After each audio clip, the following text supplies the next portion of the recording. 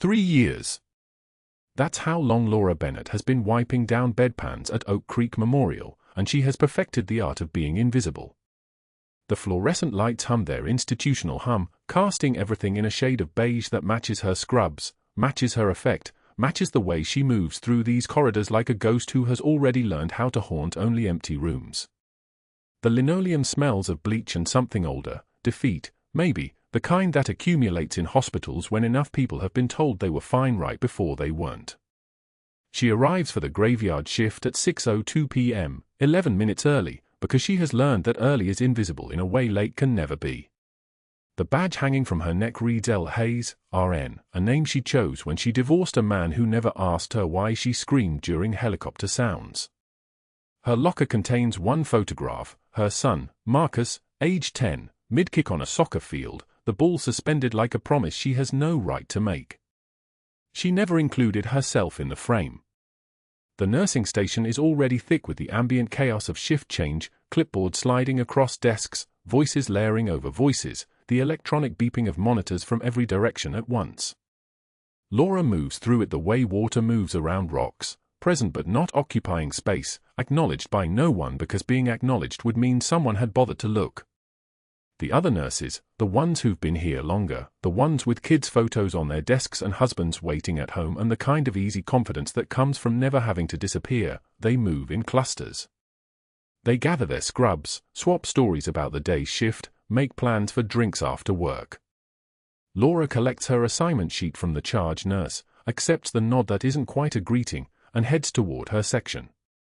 Room for 47 is at the end of the corridor, the kind of room hospitals give to patients no one visits, patients whose families have already said goodbye or simply never showed up in the first place. The Marine in room for 47 is mute. That's what the chart says. Retired Senior Chief Petty Officer Marcus Hayes, the irony of his first name doesn't escape Laura, though she has trained herself not to show when ironies register, suffered traumatic brain injury from an IED detonation in Helmand Province 3 years ago. The kind of injury that erases words, that leaves the body intact and the mind behind a locked door. He stares at the wall across from his bed with the unseeing gaze of someone who has traveled very far inward and found nothing worth coming back for. Laura enters quietly, the way she has learned to move through spaces where she doesn't belong. Her hands are steady as she begins her evening assessment, checking for placement, measuring urine output, adjusting the bedding with the kind of practiced efficiency that comes from doing something 3,000 times. Her knuckles catch the fluorescent light as she works, the scars crossing her hands like old barbed wire, white and raised against darker skin.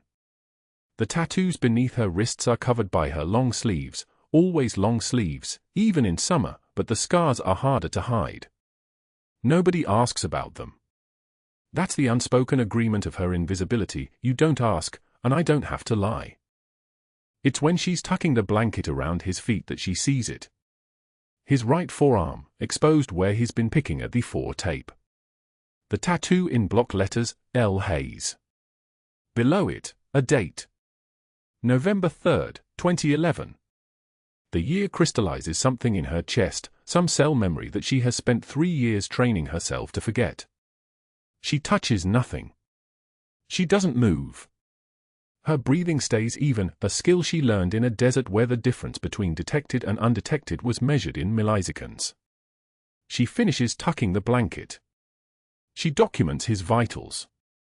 She leaves the room at her normal pace, the pace of someone who has seen nothing, learned nothing, felt nothing. The corridors of Oak Creek Memorial stretch before her in their fluorescent sameness, and she forces her mind into the tactical compartmentalization that kept her alive for 12 years. This is a patient. His tattoo is a coincidence. His name is not her name. She doesn't know him. She never knew him. But that wasn't the worst part. Dr. Sterling arrives for rounds at 7:15 a.m. the next morning, and the air pressure in the hospital changes. It's not dramatic, there's no music, no announcement. It's just that people stand straighter when they hear his shoes clicking toward them. He wears loafers that cost more than Laura makes in a week, and his stethoscope hangs around his neck the way generals wear medals. At 48, he has the kind of face that gets photographed for hospital brochures, sharp jaw, sharp eyes, the kind of composure that comes from a lifetime of being told he's the smartest person in every room. He moves through Oak Creek Memorial like a man touring a property he owns. The residents shadow him, the nurses defer, the patients watch him with the kind of hope that terrifies people who know better than to believe in hope. This morning, he's discussing sedation protocols for the mute Marine in room for 47, and he's doing it while standing outside the room, not bothering to lower his voice, as though the patient inside is furniture. Post-traumatic agitation is a symptom, not a problem, Sterling says to the resident, a young man with terrified eyes and a wedding ring that catches the light. We manage the symptom with chemical restraint. It's more humane than restraints on the bed, and it certainly makes our lives easier. He doesn't look at Laura as she passes with an empty stand. He wouldn't look at her. She exists in the peripheral space of his attention, the category of people who are functionally invisible to him in nurses, aides, housekeeping, the infrastructure of the hospital that operates beneath his notice. Laura has learned that her invisibility is her protection. It's armor. It's the difference between being seen and being left alone. She sets down the stand at the medication cart and opens the log, documenting medications with meticulous handwriting, each letter precise. Her hands don't shake. They never shake anymore. They learned not to when she was 22 years old in a place where trembling meant dying. By mid-morning, the mute Marine is agitated. It's visible in his movements, his fingers twitching, his body restless against the bed, his mouth working as if words are trying to force their way out and finding no exit. He's making sounds, too, low guttural sounds that don't quite form into language. He keeps raising his right arm, the one with the tattoo, and his fingers are moving in patterns, and Laura recognizes what she's seeing because she taught those patterns to 214 Marines in 2009. His fingers are signing. He's been signing for hours, and no one has understood him because no one has bothered to look. The patterns are urgent. His jaw works. His eyes fix on Laura when she enters to check his and for the first time since she arrived at Oak Creek Memorial, someone sees her. Not looks at her, sees her. His fingers move again. Again. Faster. The same pattern, repeated. His whole body is trying to communicate something that his voice can no longer reach. Laura stands in the doorway of room for 47, and the weight of 3 years of silence becomes suddenly, impossibly heavy. She could call for Sterling. She could document the agitation in the chart and let the system do what it always does, chemically silence the people it can't otherwise control. She could maintain her invisibility, keep her borders sealed, protect the life she has constructed from the ruins of her previous one. Instead, she steps inside the room and closes the door. She looks at the Marine. She says nothing. She raises her right hand, and her fingers answer his. Once. Twice. His whole body goes rigid. Then his fingers move again, urgent and frantic, and Laura's hands respond in the muscle memory language of a decade ago, a language she had not used since she left the service, a language that says, I'm here. I see you. I remember. The words form in her hands like prayer, what do you need, ? Outside the room, Dr. Sterling is still holding court in the hallway, still discussing sedation protocols, still not looking at the woman in the room who has just crossed a line she cannot uncross. The fluorescent lights hum their monotonous hum. The monitors beat their electronic rhythm. And in room for 47, a mute Marine and an invisible nurse are having a conversation that no one else in this hospital knows how to read. The faded unit patch sewn inside the lining of Laura's jacket, the one with the MARSOC insignia worn thin by a decade of silence, suddenly feels very heavy against her ribs. She has kept the secret for 3 years. She has worn her anonymity like a uniform. But some secrets have an expiration date, and some silences, once broken, can never be reassembled into anything resembling peace. The Marine's fingers move again in the dim light of the hospital room, and Laura Bennett, Senior Chief Petty Officer, knows that everything is about to change. The Marine's fingers moved again in the dim light of room for 47, hands rising from the hospital blanket in urgent, repetitive gestures. Flex. Release. Point. Flex.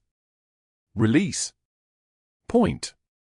His jaw clenched, the tendons in his neck straining against skin stretched too tight. Dr. Sterling stood at the foot of the bed during morning rounds, eyes on the chart, not the patient. Laura Bennett recognized the movements immediately, not agitation, not confusion. Sign language. Specific. Deliberate. Medical. She stepped forward, her voice soft but clear. Dr. Sterling, I think is trying to communicate something. His hands are over his chest. He keeps signing toward his chest. The Marine's daughter looked up from her phone, watching the interaction with the casual interest of someone who'd already accepted her father's silence as permanent.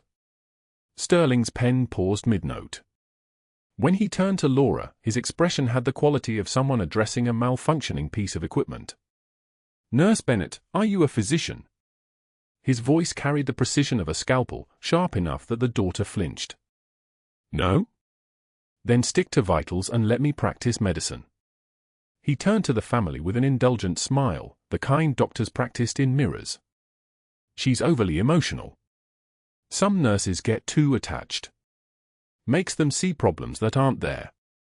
The daughter nodded, suddenly sympathetic to Laura, suddenly seeing her as a liability rather than help. Sterling continued his rounds, his white coat moving like a sail through the hallway. His voice carried back to the nursing station where two residents trailed behind him like remoras following a shark. The bedpan brigade thinking they can diagnose now. Next she'll want to interpret his dreams. The residents laughed on cue. Laura heard it from room 447, where she stood watching the Marine's hands fall back to the blanket, the signing stopping, the urgency deflating into something that looked like resignation. The break room at Oak Creek Memorial was a narrow space with a microwave that hummed like a dying animal and a refrigerator that never quite closed all the way. Laura sat at a table near the window with her lunch, leftover pasta her 10-year-old son had packed that morning with a crayon note tucked beneath the container, "Mom, you are the best warrior." She'd read it 3 times before shift, each time pressing her palm flat against the table to keep her hands steady. 4 nurses at the adjacent table gathered their lunch bags in synchronized silence. No conversation. No awkward pause. Just the sound of chairs scraping against linoleum and the subtle message that sitting with Laura Bennett was no longer safe. Jen, who Laura had trained 6 months ago, wouldn't make eye contact. The gesture was efficient, practiced, perfected in hospital break rooms everywhere, the social erasure of someone marked by authority. By afternoon, the unit board near the nurses' station displayed a formal write-up. Laura saw it when she passed to check a medication order. The paper was laminated, professional, devastating, disciplinary actions. L. Bennett. Insubordination. Questioning physician orders without clinical basis. Disrupting patient care with personal opinions. Her name in print. Her transgression documented for the rotating staff to witness. Sterling read it aloud during shift change, his voice projecting across the nurses' station where 12 staff members pretended to chart, pretended to check supplies, pretended not to listen. Let this be a lesson about scope of practice and knowing your place, he said, his eyes finding Laura briefly before moving on. The message wasn't really for the staff. It was for her.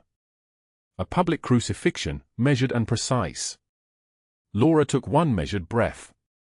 She felt a single tear trace down her right cheek, not from fear, not from shame, but from the pressure of 3 years of silence finally finding a crack. She wiped it with the back of her hand without breaking eye contact with Sterling. Her voice came out quiet, steady, the kind of quiet that makes people lean in. The kind of quiet that carries weight. That patient has my name tattooed on his right forearm, doctor, but I suppose you didn't check during your thorough examination. The room went dead silent. The fluorescent lights buzzed overhead. Someone's pen clattered to the floor. Sterling's face reddened, the flush starting at his jaw and spreading upward like spilled wine. He opened his mouth.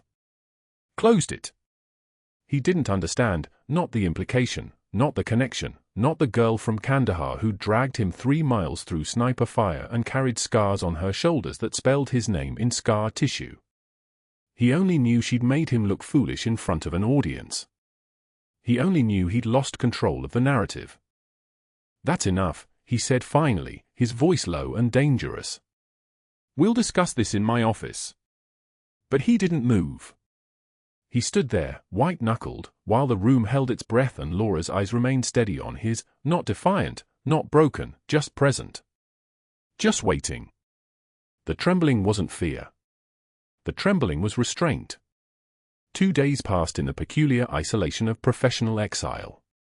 Laura worked her shifts under a microscope, every movement documented, every interaction witnessed. Sterling had assigned Nurse Carver, his favorite, the one who laughed at his jokes, to shadow Laura for quality assurance purposes. What it actually meant was surveillance. What it actually meant was confirmation that she'd violated some invisible protocol that only Sterling understood. The Marine in room for 47 continued his agitated signing, now weaker, the movements becoming sluggish as though his hands were moving through water. Laura had tried 4 times to get someone to pay attention. The first time, Sterling was in surgery. The second time, he dismissed her. The third time, he ordered a sedative. The fourth time, the patient's daughter filed a complaint about Laura bothering her father, upsetting him with attention he couldn't possibly want. The complaint was logged. Another mark. Another piece of ammunition. On the morning of the second day, during a routine assessment, the Marine's oxygen saturation dropped. Laura heard the alarm from 2 rooms away and moved without thinking. She checked his pulse, thready, rapid, the kind of pulse that speaks in a language of crisis. His jugular veins were distended, the vessels in his neck rising like cords. His heart sounds came back muffled, as though she was listening through cotton. She recognized the symptom constellation immediately, the presentation that meant fluid was compressing his heart, that his body was being crushed from the inside. "Dr. Sterling to room for 47, she called to the overhead page. "Stat!" He arrived annoyed, his stethoscope dangling like jewelry, like a prop rather than a tool. Laura stood at the bedside with her hand still on the Marine's wrist, feeling the pulsus paradoxus, the pulse that weakened with each breath, the body's way of screaming without a voice. "Probably anxiety," Sterling said, barely glancing at the patient. "Increase his sedation." "Doctor, this is cardiac tamponade," Laura said. Her voice was different now. Lower. The deferential edge gone. "He needs a pericardiocentesis now or he'll arrest." Sterling's eyes narrowed, his jaw tightening. "Are you diagnosing again, Bennett? I warned you about this. I have documented warnings." He pulled out his phone to check the patient's chart, scrolling slowly, deliberately, making a point of his indifference. The Marine's lips turned blue. His oxygen saturation continued its descent, 85. 78. 72. Laura looked at the code cart 3 feet away. She looked at the spinal needle kit on the crash cart. She looked at Sterling's indifference, at Carver's frozen expression, at the Marine's daughter standing in the corner with her hand over her mouth. The monitor alarm began to scream, the rhythm degrading, the heart's electrical activity fracturing into chaos. Ventricular fibrillation. The kind of arrest that meant minutes, not hours. Sterling fumbled with his phone, calling for the code team, his voice uncertain now, no longer the instrument of authority. Laura didn't wait. She moved on muscle memory that belonged to a different life, a different uniform, a different version of herself that had been buried under 3 years of invisibility. She prepped the needle site with her thumb, finding the intercostal space between the 4th and 5th ribs by feel alone. The skin was cold under her fingertip. She pulled the spinal needle from the kit, 14 gauge, the perfect size, the weight of it familiar in her hand like coming home. "You can't," Carver gasped. "You're not authorized."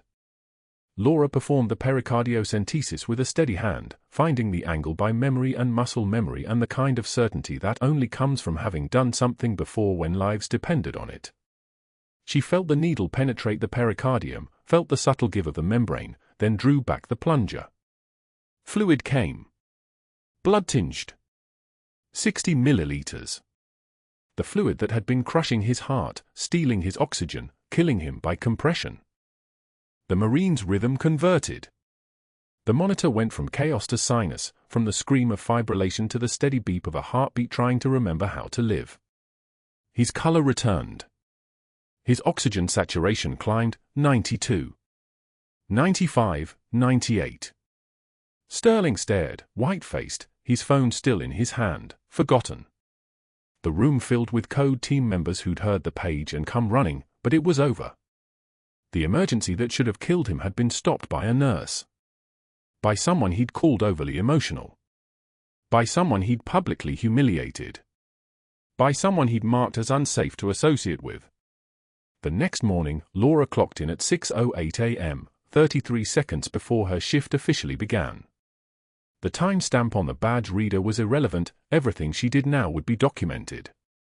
She could feel it in the air pressure of the unit, the way conversation stopped when she passed the nursing station, the way Sterling's eyes tracked her movement like a surveillance camera on a silent feed. Room for 47 was dark. She'd planned to check vitals at 7:15, the same routine she'd maintained for 2 days since the Marine's cardiac arrest. The pericardiocentesis needle was gone from the bedside. Sterling had collected the evidence, or the code team had, or both. She'd performed an unauthorized procedure without physician orders, that was the word being passed through the unit in careful whispers. Unauthorized. As if saving a life required permission slips. She didn't flinch when she found the assignment board. Her name had been reassigned. Nurse Carver, Sterling's favorite, the one who wore makeup to night shifts and laughed at his jokes in the break room, was now assigned to room for 47. Laura was reassigned to the orthopedic wing, 4th floor, rooms that required vital signs checks and nothing else. Rooms where nothing urgent ever happened. Rooms where no one needed her. It wasn't punishment. It was strategic. The orthopedic wing felt like exile. Laura moved through it with the same precision she'd maintained through 3 years of invisibility, but now the invisibility had teeth. Every nurse she passed knew. The bulletin board outside the break room had been updated with her formal write-up, insubordination, questioning physician orders, unauthorized procedures, and beneath it, a new notice, patient assignments are determined by attending physician. Nursing staff assigned without exception. That was Sterling's handwriting on the second memo, the words clipped and final. By 9:24 a.m., 2 administrators she'd never met appeared at the nursing station on her floor. They carried the kind of manila folders that took time to assemble. One of them, a woman with surgical precision in her posture and cold efficiency in her eyes, gestured toward the break room. "We need to review your personnel file," she said. Not a request. A command dressed in professional language. Laura followed them without protest. The break room smelled like burnt coffee and something underneath it, the metallic tang of fear. She'd smelled it in Kandahar, in the moments before RPGs hit compounds.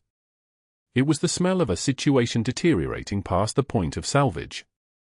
"You trained at Seattle General before your transfer to Oak Creek Memorial," the administrator said, opening the file. Her nameplate read Dr. Cassandra Hayes, Director of Nursing Services. "Your employment record there shows a gap. 3 months unaccounted for." Laura's voice remained level. "I took personal leave." No documentation of that. No HR paperwork. Hayes's eyes moved across the pages like a prosecutor building a case.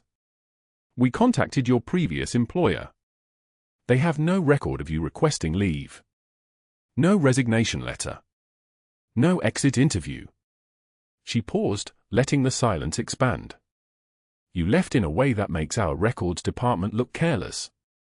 Which means either you were terminated for cause and concealed it, or your background is substantially misrepresented." The words were knives disguised as procedural concerns. Sterling had done this, gone back through her past, through the deliberate gap she'd created when she fled Seattle, when she'd changed her name back to Bennett and tried to disappear into the rhythm of bedpans and night shifts. He'd found the cracks and was using them to pry her apart. The gap was personal, Laura said. Her voice sounded distant, like it was coming from someone else's body. "I had family circumstances that required my attention." Family circumstances. Hayes made a note. So you have references we can contact? People who can verify your whereabouts during this 3-month period?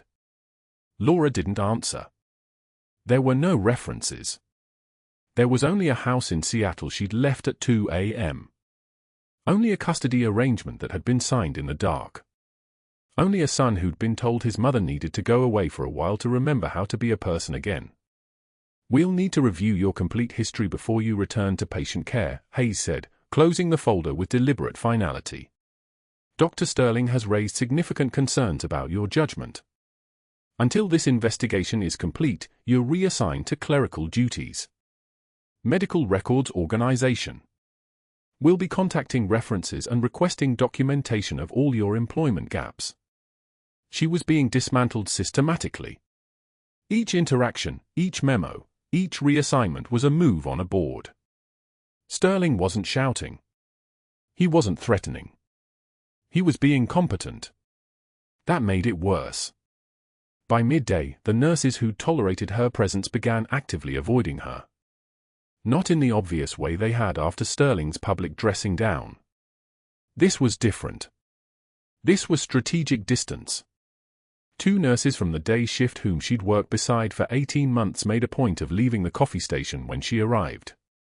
Another pulled her hand away when Laura reached for a shared supply cart, a gesture so quick it almost looked accidental, but it wasn't. It never was. The break room had transformed into hostile territory. Laura sat alone at a corner table on her lunch break, 30 minutes she'd earned through 6 hours of organizing death records and billing codes in the medical records department. A basement position. No windows. No patient contact. No possibility of showing competence.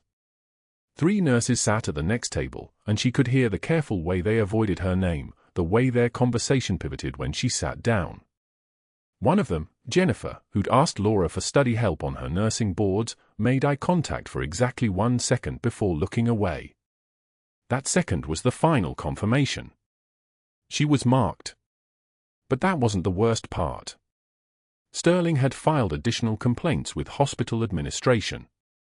Laura found out when Hayes appeared again at 2:11 p.m. with a new stack of documents. We've discovered multiple instances of policy violation, she said, placing them on the table between them. The documents were thick, photocopied from what looked like incident reports. Failure to follow physician orders. Disrespect to attending physicians. Unauthorized patient assessment. Laura's jaw clenched once, then released. She read through the pages with her hand steady and her breathing controlled. Sterling had gone back through 3 years of shifts and extracted anything that could be reframed as insubordination. A time she'd questioned whether a sedative dosage was appropriate for a patient with liver damage. A shift where she'd suggested a medication adjustment and it had helped. A moment 6 months ago when she'd flagged a blood sugar reading that Sterling had dismissed and then corrected 20 minutes later. All of it rewritten. All of it weaponized. These incidents represent a pattern of questioning medical judgment, Hayes said. She was a professional. This was just paperwork to her. Dr. Sterling has been very thorough in his documentation. Thorough. That was the word for hunting someone through their own history and finding ammunition in every decision. That was the word for professional destruction dressed in procedural language. I'm placing you on administrative leave pending a full investigation, Hayes continued. You'll receive notification by email within the hour. You'll need to return your badge and surrender your locker to security by end of shift. A third party will verify that you haven't taken any patient information or hospital property. Laura stood. She didn't ask permission. She didn't plead her case. She simply stood, and the movement was fluid and measured, the kind of movement that came from years of knowing how to exit a hostile position without showing weakness. I understand, she said. She walked to her locker on the orthopedic wing, inserted her badge one final time, and watched the light change from green to red. The lock clicked open with a sound like a bullet chambering, metal against metal in the absolute quiet of the hallway. Her hands moved through the space she'd occupied for 3 years. 3 pairs of hospital scrubs, all navy blue, all identical. A photograph of her son at age 7, holding a poster he'd made for her birthday. A jacket with the faded unit patch sewn into the lining, invisible to anyone who wasn't looking for it, invisible to everyone who didn't know what it meant. The jacket was the only thing that mattered. She held it in her hands, and for one moment, just one, something flickered across her face. Not trembling. Not fear. Something harder. Something that belonged to the woman she'd been before she became invisible. The woman who'd carried a Marine named Samuel Chen through 3 miles of Kandahar under sniper fire while his blood soaked through her uniform and his bones shattered against her shoulders, and she moved anyway, one step after another, because you don't leave people behind. That woman was still in her hands. That woman had never left. By 4:15 p.m., Laura had surrendered everything. Her badge. Her access codes. Her right to the building. A security guard, a young man who looked embarrassed to be doing this, walked her to her car with her cardboard box of personal belongings and stood in the parking lot until she drove away. She didn't cry. She didn't call anyone. She drove through Portland in the afternoon light, and somewhere between the highway and the residential streets, she felt the transformation she'd been resisting for 3 years begin to accelerate. The invisible woman was cracking open. The woman underneath, the one with medals she'd never claimed and a rank she'd buried and a history that didn't belong in a hospital, was beginning to move her hands. The cardiac monitor showed what the X-ray had already whispered: tamponade. Fluid crushing the Marine's heart like a fist closing around something fragile. His oxygen saturation dropped from 94 to 87 to 79 in the space of 3 minutes. The room tilted into crisis. A resident shouted for the crash cart. A nurse called for Sterling. The monitor's beeping became a metronome counting down to something irreversible. Laura was there because she'd come to change his bag, her last assigned task before Sterling reassigned her to the 3rd floor. She watched the Marine's chest heave, watched his eyes roll back, watched the rhythm on the monitor dissolve into something that looked like electrical noise. Asystole. No heartbeat. No perfusion. Death in real time. The resident stood frozen, his hands hovering over the defibrillator pads like he'd forgotten why he was holding them. The night nurse fumbled with the crash cart, knocking over a tray of instruments. Someone called a code blue over the intercom. Sterling's voice crackled back, "Send the resuscitation team to room 447. I'm 2 minutes out." 2 minutes was forever. Laura's hands moved before her brain caught up. Muscle memory from 18 years of field medicine, from tent hospitals in Helmand Province where the difference between life and death was 90 seconds and steady hands. She grabbed a spinal needle from the kit, 14 gauge, long enough to reach the pericardial sac. The needle gleamed under the fluorescent lights like something that had been waiting for this exact moment. "What are you doing?" the resident asked, his voice higher than it should have been. "Saving his life." She didn't look at him. She positioned the needle at the 5th intercostal space, below the xiphoid process, the angle exactly 45 degrees. The anatomy was a map she'd learned in Blood and Dust and Screaming. She'd done this 3 times in forward operating bases. Her hands didn't shake then. They didn't shake now.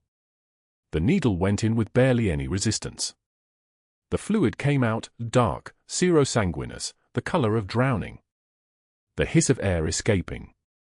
The Marine's blood pressure, which had been 68 over nothing, began to climb. 72, 78. 84, his oxygen saturation ticked up like a clock rewinding, 79 to 83 to 88.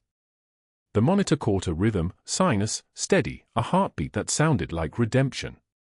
The resident stared. The night nurse's hand covered her mouth. Sterling arrived 30 seconds after the rhythm normalized, his face already arranging itself into the expression of a man who'd walked in expecting to manage a death and found a resurrection instead. He looked at the Marine. He looked at Laura. He looked at the needle in her hands and the bag of fluid that had been killing the patient an hour ago. "Get her out of here," he said quietly. Not to Laura. To security, who materialized in the doorway like they'd been waiting for the signal. Her badge. Now. What happened next didn't unfold like a normal termination. It unfolded like a trap snapping shut. Sterling didn't wait for the Marine to stabilize. He didn't document the procedure or praise the save or even acknowledge that the man on the bed was alive because of the woman he was ejecting from his hospital. He walked to the nurse's station, pulled out his phone, and made 3 calls in the span of 7 minutes. The first call was to his brother-in-law, a hospital board member named Richard Thornton who controlled millions in capital funding and viewed employment disputes as leverage opportunities. Laura heard Sterling's voice through the phone. "We have a protocol violation. Unauthorized procedure. I need documentation of insubordination so thorough that no legal team touches this." Thornton's voice was too low to hear, but Sterling's face relaxed. Thornton had said yes. The second call was to Seattle General's HR department. Sterling had her file on his desk, her resume with the 2-year gap, her maiden name, her certifications that listed her Portland address but no previous employment history. He asked about her time there, about any disciplinary issues, about whether she'd ever been terminated for cause or lost her nursing license. The HR director, a woman named Catherine Walsh, said nothing had been on record. That's when Sterling's voice dropped lower. "What if I told you the name on the application wasn't the name she was born with? What if I told you there are questions about her credentials?" Walsh promised to open an investigation. The third call was to the Oregon Board of Nursing. Sterling requested an emergency disciplinary review for unauthorized medical procedures, falsified employment history, and potential credential fraud.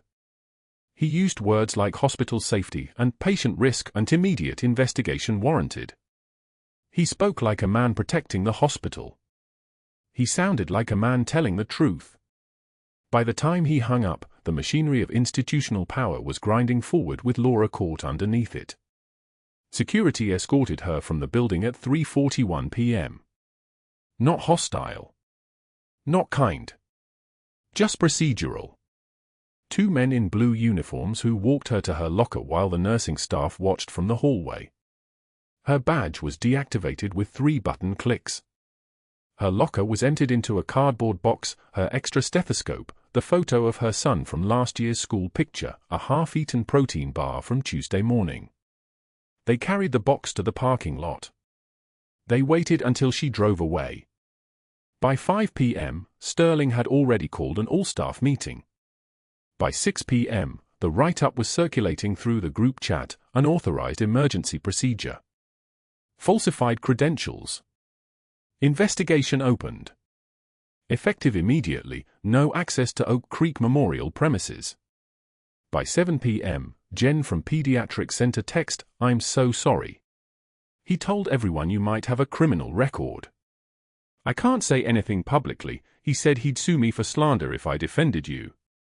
By 8 p.m., Laura's former nursing supervisor in Seattle had been called by Sterling's contact, and that supervisor had checked her old files, and those files contained nothing but a name that didn't match the one on her Portland resume. No one had put the pieces together yet. No one knew that Laura Hayes and Laura Bennett were the same woman. No one knew why she'd changed her name back after the divorce was finalized.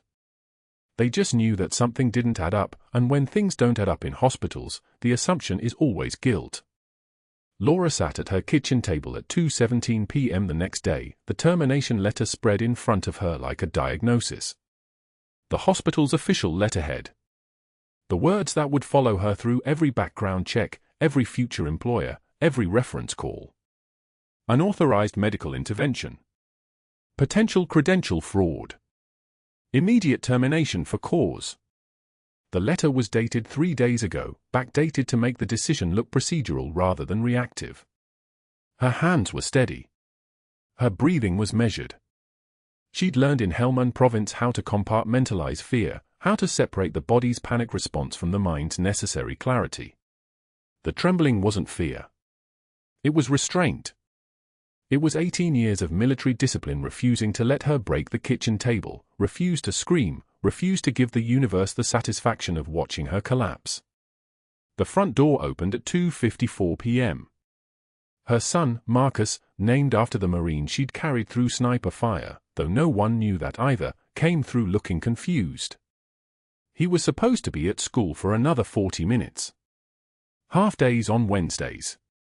He froze when he saw her at the table, the letter still in her hands. "Mom?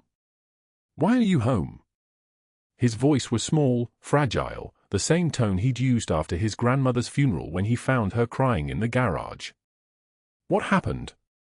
She couldn't find words. There were no words that would make sense to a 10-year-old. No way to explain that the hospital had called at 1:19 p.m. and told her not to come back, that her employment was terminated effective immediately, that there would be an investigation and she shouldn't contact anyone, that the letter was in the mail but they wanted her to know today. No way to explain that she'd spent 3 years being invisible to protect him from this exact moment, and it had found them anyway. "It's okay," she said, which was the first lie she'd told him in his life. He climbed into her lap like he hadn't done since he was 7, pressing his small frame against her chest. She held him while the afternoon light moved across the kitchen table. Outside, the rain began, steady, patient, the kind that falls and keeps falling like it has nowhere else to be. Inside, the house was silent except for the hum of the refrigerator and the sound of her son breathing. That night, after she'd made dinner they both picked at, after she'd tucked him into bed and read him 2 chapters of the book about dragons, she went to her bedroom closet and reached past the winter coats. Her leather jacket hung at the back, the one she never wore because it was too recognizable, too distinctly military to someone who knew what to look for.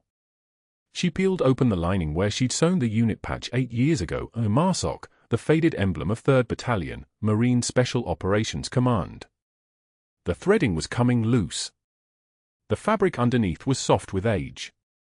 She ran her thumb over the insignia and wondered if the Marine in room for 47 survived, if anyone ever deciphered his signing, if he understood that the woman who carried him through Kandahar had just been erased from the hospital records.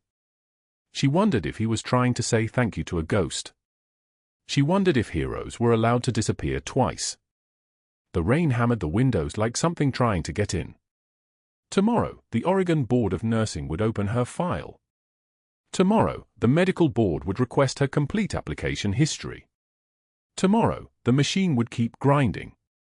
But tonight, in the dark of her bedroom, Laura Bennett held her son's school photo in one hand and the faded unit patch in the other, and she understood that the past had finally caught up to her. She just didn't know it was about to walk through the front doors of Oak Creek Memorial wearing dress uniforms and carrying declassified files that would change everything. The convoy arrived at 7:03 a.m., 3 minutes into shift change. Boots on tile. The sound reached the lobby first, a rhythm that made heads turn. 3 humps, olive drab and hard-angled, pulled up to the visitor entrance of Oak Creek Memorial. The doors opened in unison. Men in dress uniforms. Ribbons catching the Portland rain. Behind them, the distinctive thump of rotor blades cutting air. A Black Hawk helicopter descended toward the visitor parking lot like a predator settling on to prey. Laura's son stood on a lobby chair. He'd come with his mother to gather a forgotten sweater from her locker, the one with the coffee stain from 2 days ago when everything had stopped making sense. The Navy personnel moved through the front doors with the kind of precision that made civilians instinctively step aside. Their presence carried weight, not aggression, but the unmistakable authority of people who'd made life-and-death decisions before breakfast. "That's my mom," the boy said. His voice was small but absolutely certain. "She's a senior chief petty officer." Nobody moved. The night nurse at the front desk, the one who'd been scheduled to work through this morning and into the next shift, stood up slowly.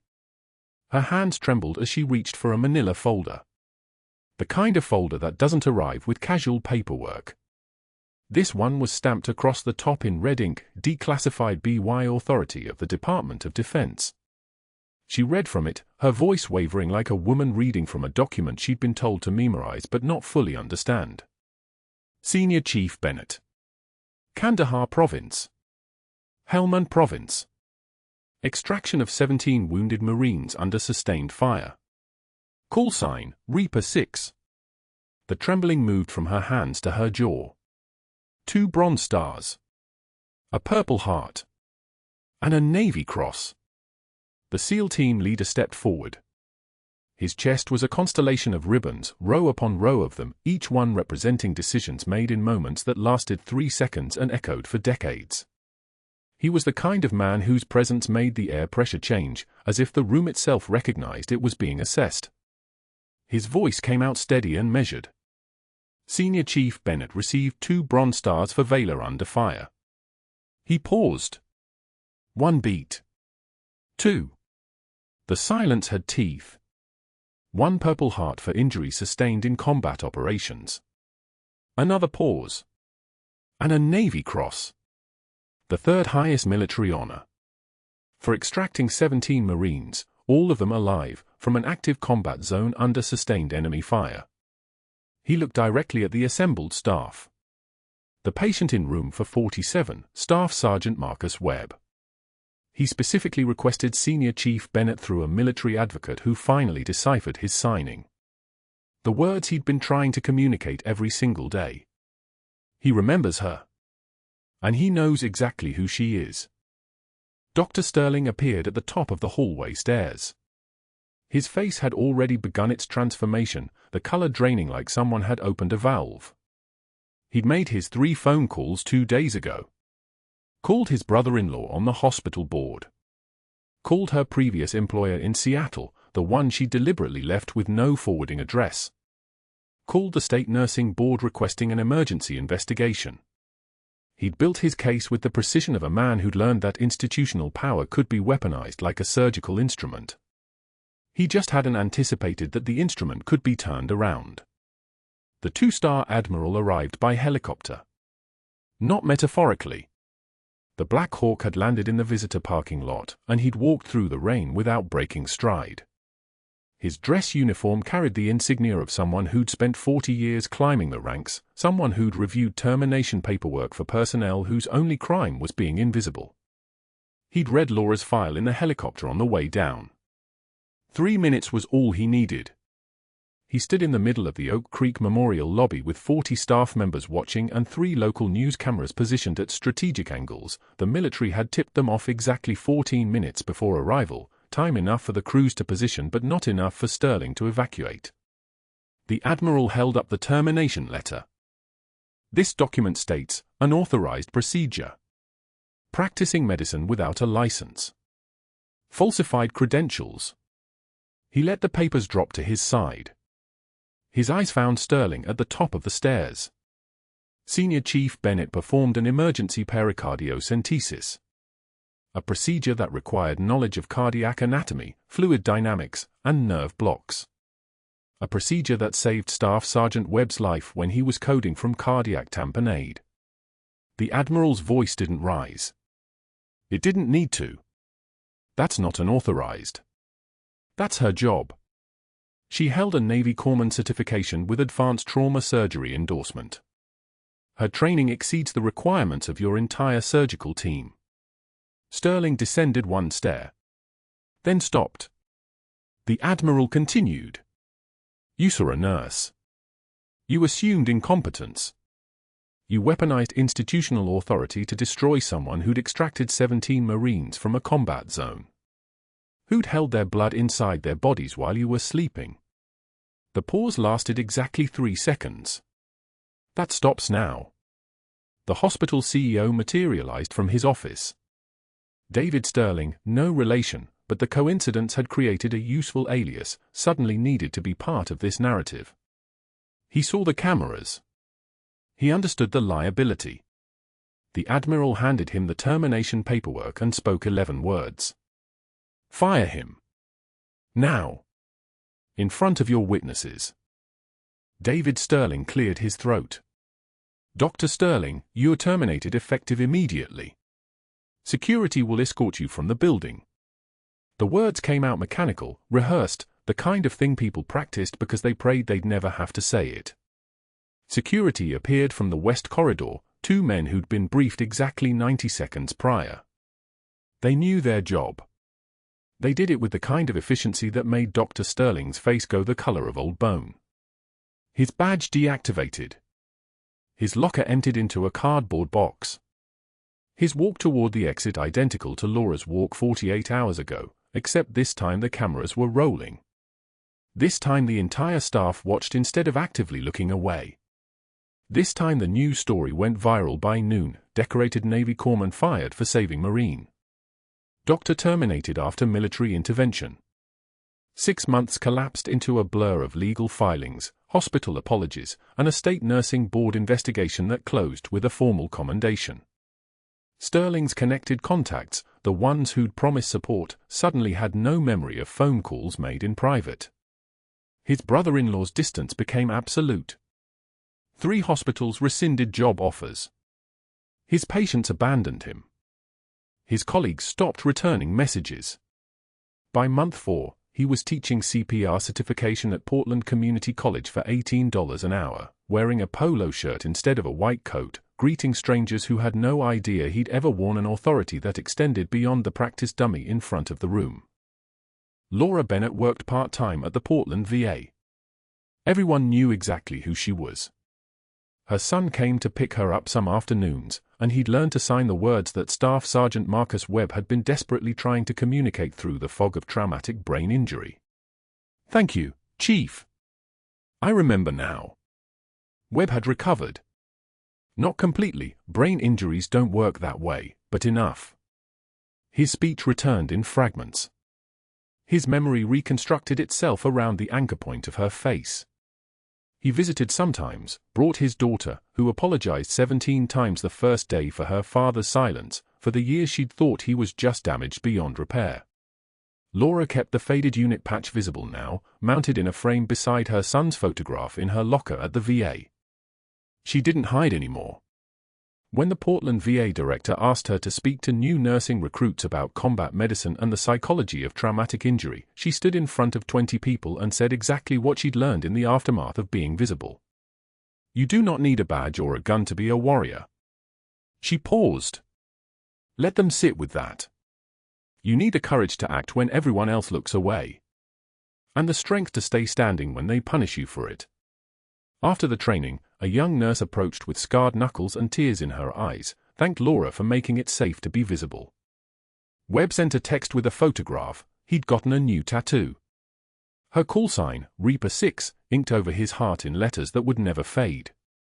Laura sent back a photograph of her son in his school play, wearing her old dog tags for a costume piece, the chain hanging past his ribs like an inheritance. If you've ever been underestimated, if you've ever been invisible in a room full of people who just didn't know how to see you, you know that moment when everything changes. When the people who matter finally understand. If this story resonated with you, please subscribe for more tales of hidden strength and revealed heroism. Like this video. Comment below, what would you do if the world finally saw you the way you've always known yourself to be? The answers you share might change someone else's story.